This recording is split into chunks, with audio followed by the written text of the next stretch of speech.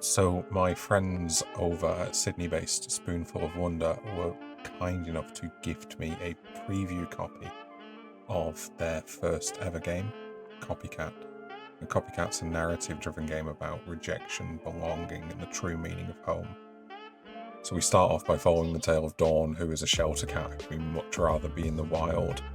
But she meets her new owner, Olive, a lonely older woman mourning the disappearance of her beloved companion, and together they develop a friendship. But let's just jump into some footage of the game, and I'll give you the thoughts that were going through my brain when I was playing this. So after approaching the animal shelter and going through and getting a few hints as to the underlying story, you enter your character selector, and the difficulty of picking which cat you are going to play through this game as is much harder than it should be. I'll be honest there. I actually mentioned to the devs on Twitter, the only solution to this is that you play the game through 6 times, once as each cat. But the qualities of each cat and the sort of those little lines to give you a bit of a hint of their personality really make you feel a lot closer to the character. The cat that's currently on screen, just fading off now, actually looks a lot like mine and sounds a lot like mine as well. So no surprises as to who I chose to play with there.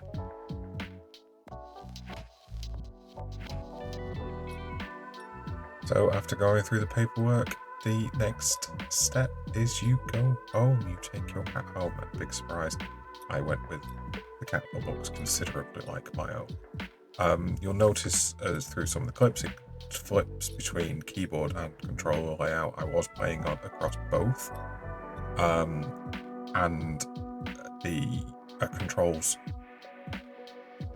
were equally good. Regardless of whether you play controller or keyboard, you are going to be able to play this game and you're going to enjoy it.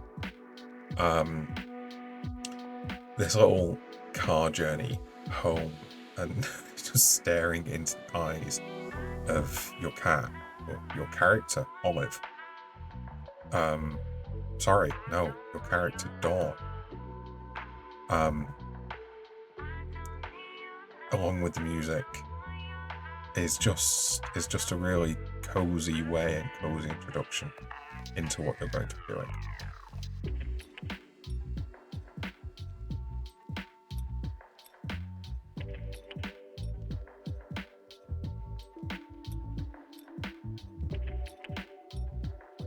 The way that the developers have introduced new concepts and instruction to the player, I personally really enjoyed these little sort of shout outs coming through, and throughout the game you will get these little inner monologue type thoughts showing up on the screen as you move around. You may spot a couple in some of the footage in the background as we move through the game, but just it feels very natural, and particularly the how to cat. They've done a really good job at capturing that internal voice of a cat. And just saw some there where it was a bit of a sarcastic thought there, and I'm sure any of us who have cats will recognize that. One of the things that I'm very cautious about doing is giving away too much about the story of the game. This is a narrative-driven game, and it is something that I think that anyone who enjoys cozy games, who enjoys games that pull on heartstrings, should play and should try out.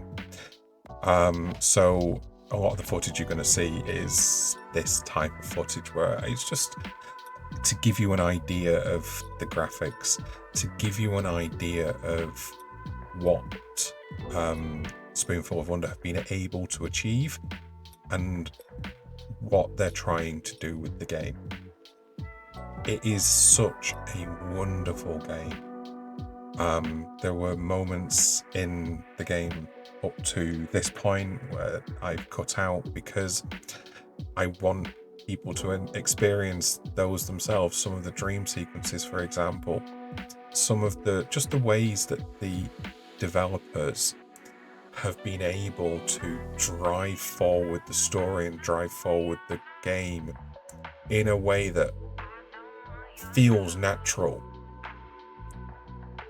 whilst having that cat-like curiosity and mischief about it as well.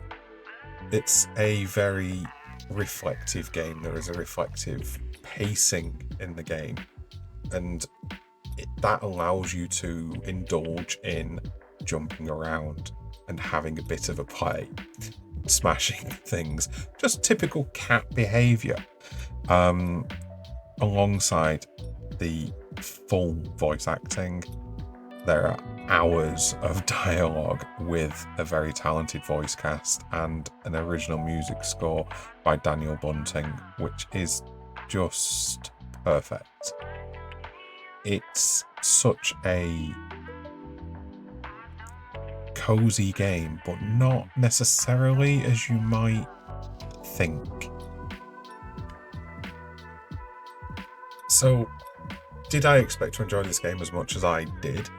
In all honesty, yes. I had access to the Copycat demo that was released during Steam Next Fest, and immediately upon playing it, I was like, yeah, I think this is going to be a game that I'm going to enjoy.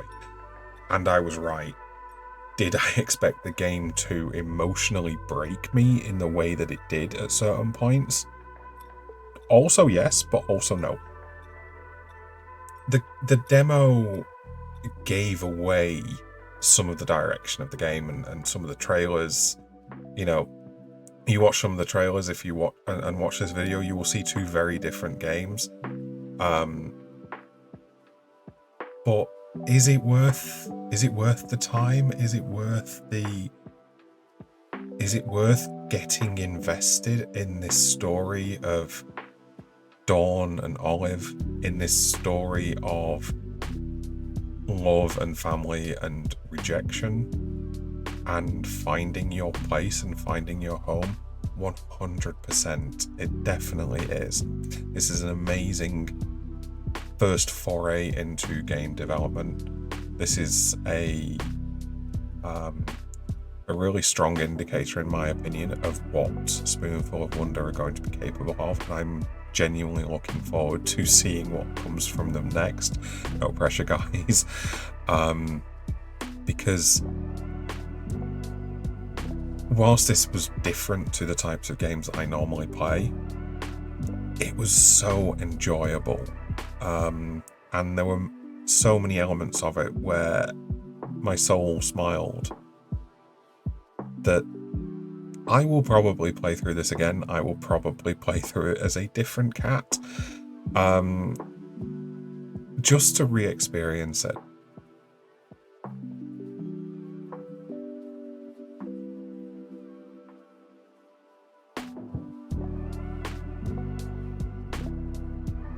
So what I'm going to do is I'm going to leave you here with the true turning point of this story.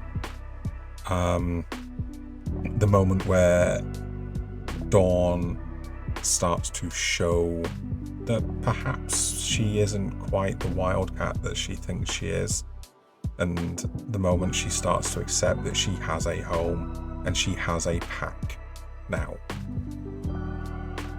The Copycat is available on Steam worldwide as of September 19th. Give it a try, you won't be disappointed.